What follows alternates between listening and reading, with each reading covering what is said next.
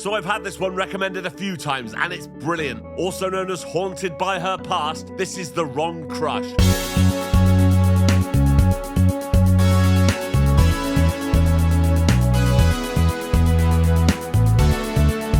I'm Jay Harangue and I've wasted hours of my life watching terrible films. You should subscribe. This is Amelia, and she's being rushed to hospital. She's being treated by these really attractive doctors. All right. Now, I don't know what it's like in the US, but I've never seen anyone who looks anything like this at an NHS hospital. Okay. Anyway, Amelia's been in a car accident, and all we know is that she survived, but her friend Joy is dead. 2 years later, we see Amelia at the survivor support group. It's here we find out that Amelia is one of the top 400-meter runners in the state. 400-meter dash. Wow. But sadly, Amelia and her mum don't get on. The next morning, Amelia wakes up at home and looks out the window. And oh, look, there's someone outside. This is a Lifetime movie, so whoever this is wearing a black hoodie in broad daylight. Of course. She goes outside to double check, but there's no way she can see him behind this tree. Amelia's mum, Tracy, works at this care home. You're probably thinking, oh, right, that's nice. But Amelia hates the fact that she's always working, even though she's a single mum. Honestly, these American parents in films, always working and providing for their families instead of watching their kids' track meets. They make me sick. I could use all the support I can get. Tracy's like, look, you're not going to win anyway, are you? You're a girl and this is California. You cut that out now, or you'll go home in an ambulance. Ooh, you're odd. So anyway, they go outside to talk, and Tracy's like, look, I'm busy. Is this important? And Amelia's like, yes, actually. I saw someone sneaking around the house this morning. Did you call the police? Well, no, but Why not? Well, probably because the useless Lifetime police department would have come to the house and said, sorry, there's nothing we can do. Is that a fact? It is, actually. Cut to stock footage high school where Amelia is complaining to a friend whose name is irrelevant about what a bitch her mum is for always being at work. Then for some reason Amelia tries to grab her friend's phone and this happens. no, give me that. My phone!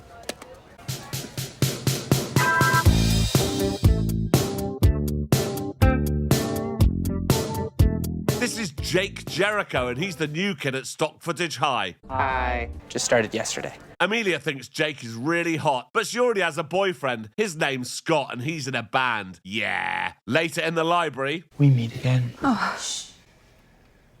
What are you doing here? I guess studying or reading books, as this is a library. But no, he's there to meet people. He makes it clear that he's interested in Amelia, but she's like, sorry, I have a boyfriend. And he's like, that's okay. I just want to be friends. So me having a very serious boyfriend doesn't bother you at all? Nope. Later, we see this guy dressed as what I'm guessing is a pest controller, walking around Amelia's house and installing hidden cameras. Yeah, great job on that one. There's no way she's gonna see that. So now he can watch her at all times. Back at Stock Footage High, Amelia's in a race and she wins. Yeah! Jake is watching from afar and her serious boyfriend Scott is there to congratulate her. But hang on, who are they? Friends of the family? It's not true.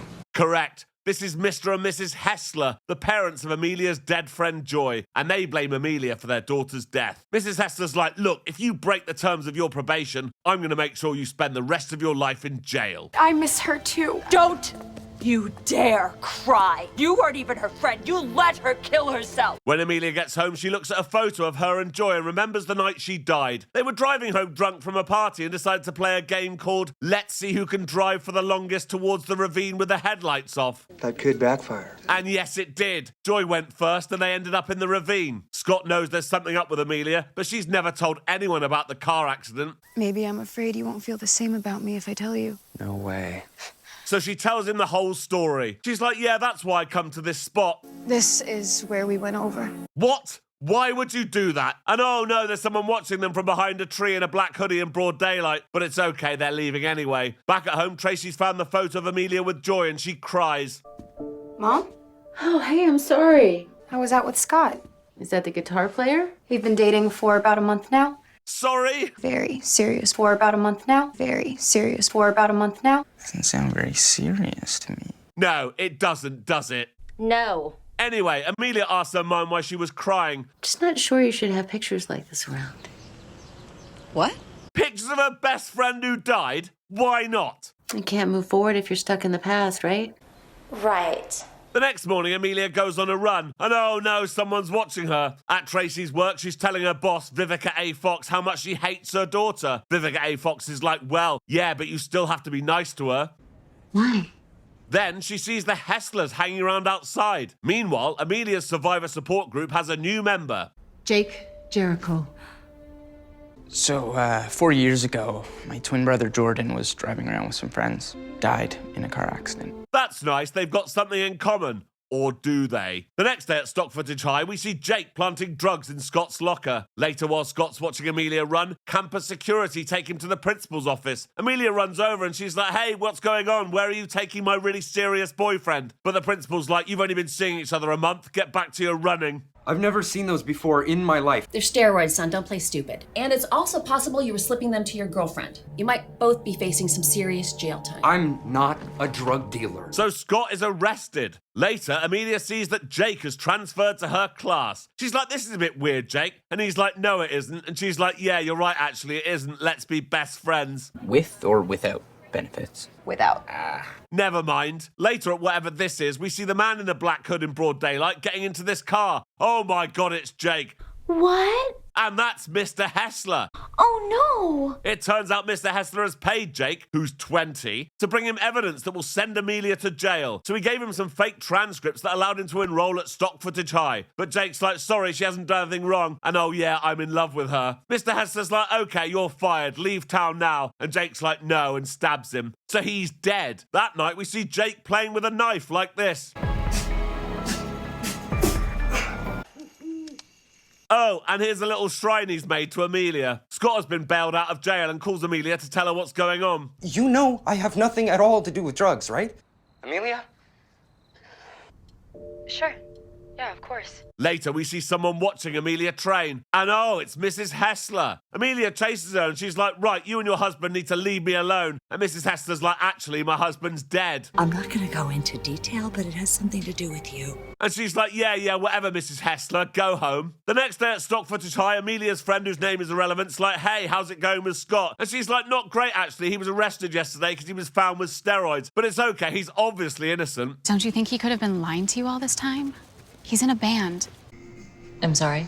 I mean, yeah, I suppose if he's in a band. And oh, look, Jake's heard all of that from behind this tree. Later, he's watching Amelia train and sees the police questioning her. He's like, what was that about? And she's like, oh, the police want to speak to me about Scott. They think he was dealing drugs.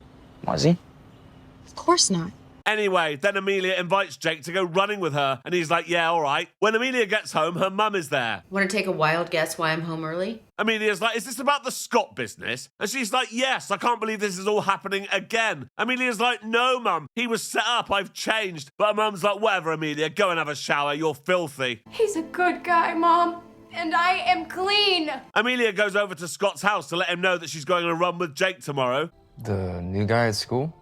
Yeah. He's like, yeah, I don't trust that guy. Then they have a massive argument about it for a few seconds before it's totally forgotten about. The next morning on the jog, Amelia's showing off and falls over and hurts her ankle. And this is a perfect excuse for Jake to start touching her. Actually, that feels really nice.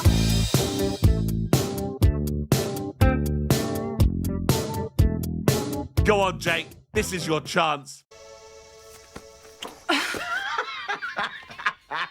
She's like, Jake, no, I've got a really serious boyfriend. Yeah, some boyfriend, drug dealer. She's like, he's not a drug dealer. Go home, I'll see you tomorrow. Then she runs off. Apparently the ankle's much better now. Come back here now or you'll regret it!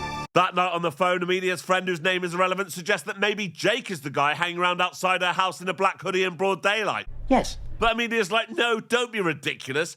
Oh. But I'll probably tell my running coach about this tomorrow just in case. And oh no, Jake is watching and hearing all of this through the hidden camera that there's no way anyone would ever see. The next day at Tracy's work, Mrs. Hessler comes to see her. Meanwhile, at Scott's house... I see your parents left for work already. What are you doing here? Then Jake calls Amelia from Scott's phone and tells her he's driving around the desert with Scott tied up in the front seat. He's like, I've installed a tracker and camera in your car, and you need to drive to the ravine now or I'll kill Scott. Meanwhile, at the care home, Mrs. Hessler's telling Tracy that her husband hired Jake to investigate Amelia, but then he went mental and killed Mr. Hessler. You paid a guy like that to follow my daughter? And she's like, yeah, sorry. Tracy's like, right, let's go find Amelia. They can't find her anywhere, but luckily Tracy has an app called Power Mom Phone Tracker, which lets her know exactly where Amelia is at all times. Apparently she's only just remembered she had this. She sees she's on the way to the ravine and Mrs. Hessler's like, I'm coming too. Why? No idea, but she's coming. 15 minutes later and everyone's at the ravine. Jake's like, okay, Amelia, we're going to run away together. But luckily Tracy is there and creeping up behind him.